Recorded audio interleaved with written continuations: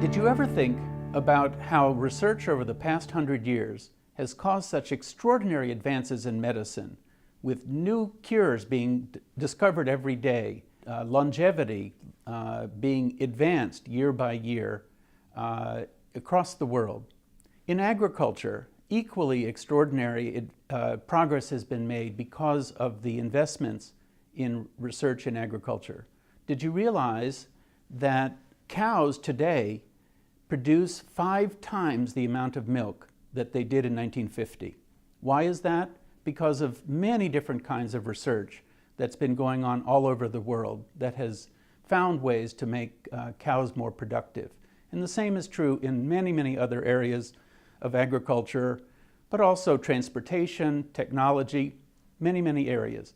Where places are advancing, you can almost always see that the reason is research and development that lies behind those advances. But why has this not taken place in education? Until very recently, there's been a great lack of respect for evidence in education, and perhaps that explains the slow pace of improvement in this critical field. This is beginning to change, and that's what I'm intending to talk with you about today, is that process of change. The main concept in my conception of evidence-based reform in education is proven programs. In other words, you first find out what kinds of strategies work with children, what kinds of programs work for improving reading, for example, or improving algebra, or improving science performance. Whatever it might be, you try out a given program with a group of children, and then measure the amount of progress that they make from the beginning of the program to the end of the program, and then do the same measurements in a control group that's using the kinds of strategies that existed before. If the experimental group that's using the new program makes greater gains, then you know you have something that's worth replicating. It's worth using in many other schools.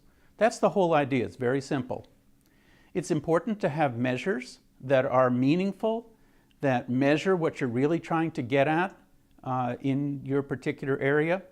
And it's important that the experiments are done with a large enough sample of schools and students so that if the experiment works, then it's likely that the program will be capable of being scaled to a much larger number of schools and students later on. Luckily, you don't have to be an expert in research to know which programs are proven to be effective. There are many reviews of research that are available now on the internet that make it easy to find out where the proven programs are and which programs have been evaluated and found to be ineffective.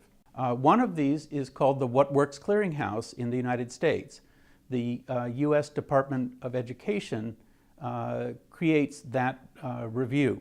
Our own research center at Johns Hopkins University makes something called the Best Evidence Encyclopedia, or the B, and it reviews research from all over the world, available in English, to find what are the effective programs that schools can use in elementary and secondary grades.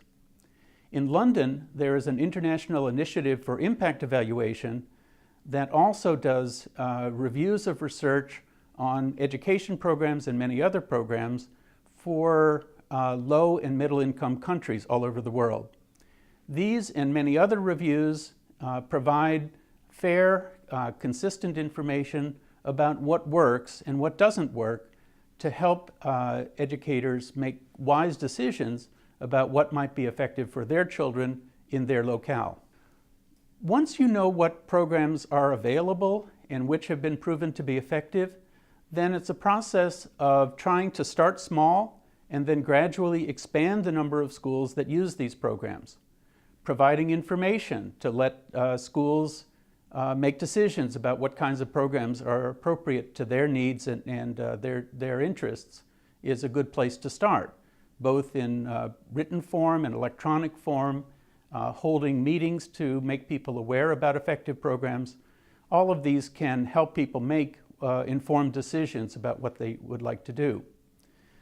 A key part of this process, in my own view, is that schools should be going through some process of buy-in, that school teachers and principals should find out about programs, have an opportunity to learn about them, and then decide to take them on by a vote, so that at the end of the process, the people who really make the program work have made the choice, and they're likely to put their heart and soul into making sure that the program is actually implemented well and producing the effects that we know that it can produce.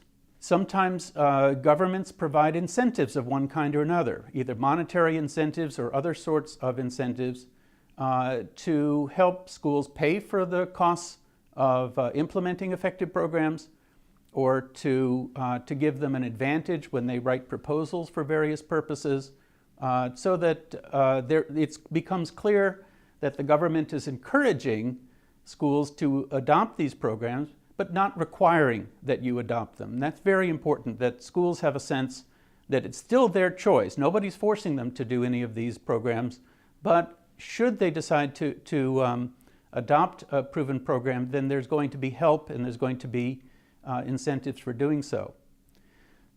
The proven program should become part of a policy that a local or national government might adopt, of finding what works, gradually expanding it, making people aware of what's out there, so that bit by bit, level by level, subject by subject, you're gradually getting better and better results across the board, across the entire region, because schools are using programs that are proven to be effective.